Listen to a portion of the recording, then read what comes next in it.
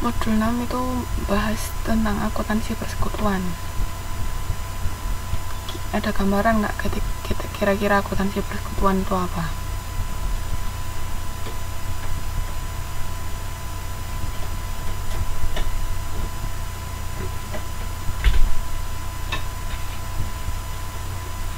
Ada gambaran tentang akuntansi persekutuan? Dari namanya persekutuan, maksudnya apa itu?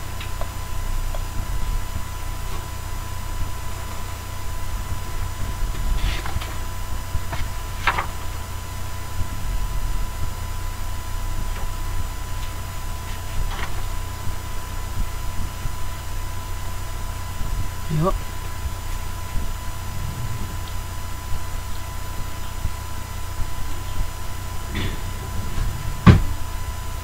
Ada yang bisa jawab?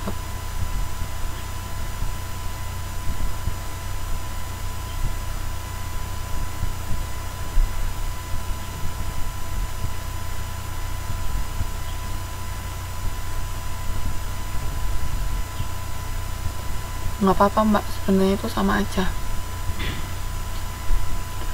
Persekut asuransi sama asuransi dibayar di muka sama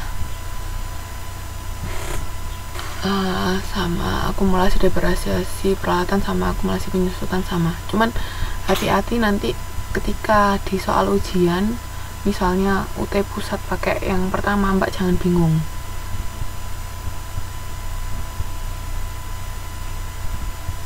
Oke, nggak masalah, itu sama aja kok nama akunnya, cuman jangan sampai bingung nanti di soal ujian. Ini ada yang bisa jawab nggak? Akuntansi persekutuan itu apa?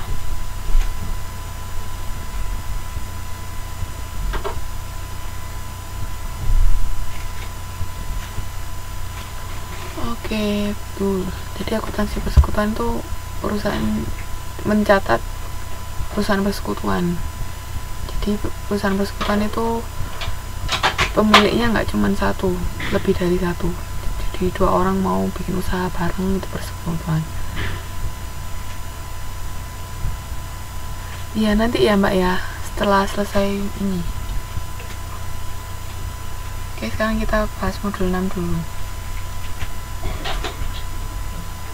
Nah, ini karakteristik dari persekutuan itu jangka waktunya terbatas. Maksudnya ketika para persekutu sudah nggak mau lagi melanjutkan, ya sudah, berarti perusahaan persekutuan itu tuh habis, selesai. Jadi terbatas ya, jangka waktunya tergantung sekutunya. Terus tanggung jawab yang tidak terbatas, maksudnya di sini adalah ketika perusahaan itu ada apa-apa, semua sekutu itu wajib bertanggung jawab sepenuhnya. Jadi kalau misalnya rugi, ya mereka harus nanggung. Kalau punya utang, mereka harus bayar juga. Terus pemilikan harta bersama, sama partisipasi dalam pembagian laba, sama perjanjian persekutuan. Nah, di awal membuat perusahaan persekutuan itu harus ada perjanjiannya. Nanti misalnya perjanjian pembagian laba, atau perjanjian kepemilikan, atau pengurusan, itu harus ada perjanjiannya. Oke, nanti ada keterangan lebih lanjut tentang pembagian laba dan sebagainya.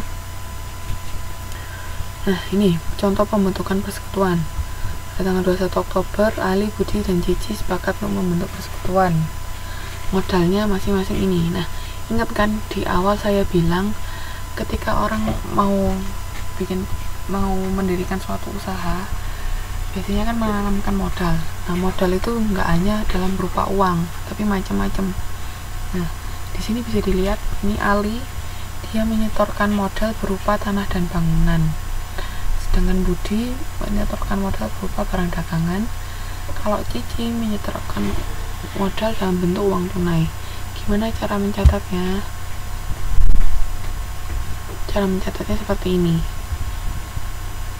Nah, jadi ini modalnya modal masing-masing, modal Ali, modal Budi, modal Cici, tetap dikredit. Sedangkan debitnya tergantung modal dalam bentuk apa yang mereka setorkan. Kalau Ali tanah bangunan, kalau Budi persediaan barang dagang, sedangkan Cici kas. Ini cara mencatatnya ya. Ini pada saat awal pendirian perusahaan persekutuan. Jadi jadi tergantung modal yang disetorkan dalam bentuk seperti apa. Oke, sekarang dibuka halaman 6.7.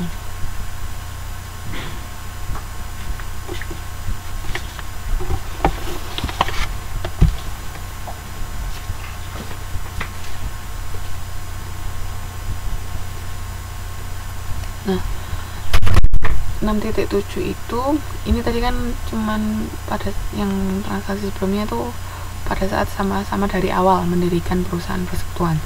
Sedangkan yang ini itu ketika awalnya, ini lihat nih, ketika seseorang sudah punya, misalnya saya udah punya perusahaan, tapi perusahaan perseorangan, nah di tengah jalan ada teman yang mau gabung join ke perusahaan saya jadi perusahaan persekutuan.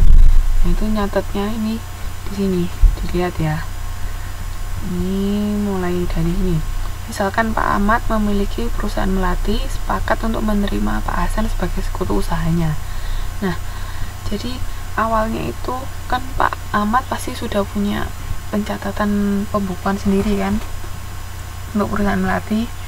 Nah, ketika Pak Hasan gabung itu harus ada yang disesuaikan. Misalnya nih, lihat ya. Ini neraca pada tanggal 4 Oktober. Ini segini, lihat. Ini ada kas, ada piutang usaha, ada cadangan kerugian piutang, ada persediaan barang dagang, perabot toko, akumulasi depresiasi, ada utang usaha sama modal.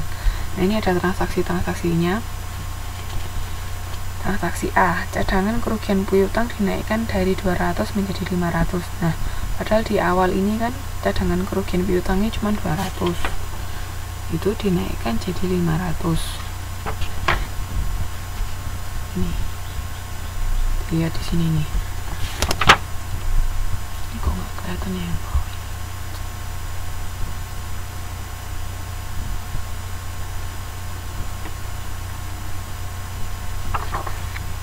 Oke. Ini cara mencatatnya ini. Cadangan kas piutang kan aslinya di debit. Karena ini kita mau melakukan penyesuaian, jadi ditukar ke kredit. Nanti soalnya mau dibikin buku akun baru, yaitu buku akun persekutuan. Karena yang ini, yang neraca awal ini neraca urusan perseorangan, makanya perlu dilakukan penyesuaian untuk jadi nanti dibuka lagi sebagai perusahaan persekutuan. Nah, terus yang kedua, yang B, persediaan barang dagang dinilai kembali menjadi 30.000. Nah, awalnya kan persediaan barang dagang 28.500 karena ini dinilai kembali jadi 30.000, makanya di sini persediaan barang dagang sebesar 30.000. Oke. Cadangan, kenapa kok cadangan kerugian piutang ini dikredit? Karena aslinya itu kan mengurangi piutang kan nantinya, makanya dicatat yang dikredit. Ini dikasih kurung itu karena mengurangi piutang. Nah, terus yang ketiga, perabot toko dinilai kembali menjadi 17.500. Nah, perabot toko didapat 17.500 nih, masuk di sini nih. Ini yang di PPT ini bisa dilihat di halaman 6.8. Terus Pak Hasan menyetorkan modal berupa barang dagangan seharga 25.000 dan tunai sebesar 50.000. Nah, itu nanti. Oke, jadi yang disesuaikan cuma ada 3, yaitu cadangan kerugian piutang, persediaan barang dagang, sama perabot toko. Sisanya yang lain itu sama, tetap sama nih. Kasnya tetap 7.200, piutang usahanya tetap 16,5, terus persediaan barang jadi 30.000, perabot toko jadi 17.500. terus lalu utang usahanya tetap 1.500, cadangan kerugiannya 500. Nah, ini modalnya ini yang berbeda. Modalnya kan awalnya 71.000, setelah dilakukan penyesuaian jadinya 69.200.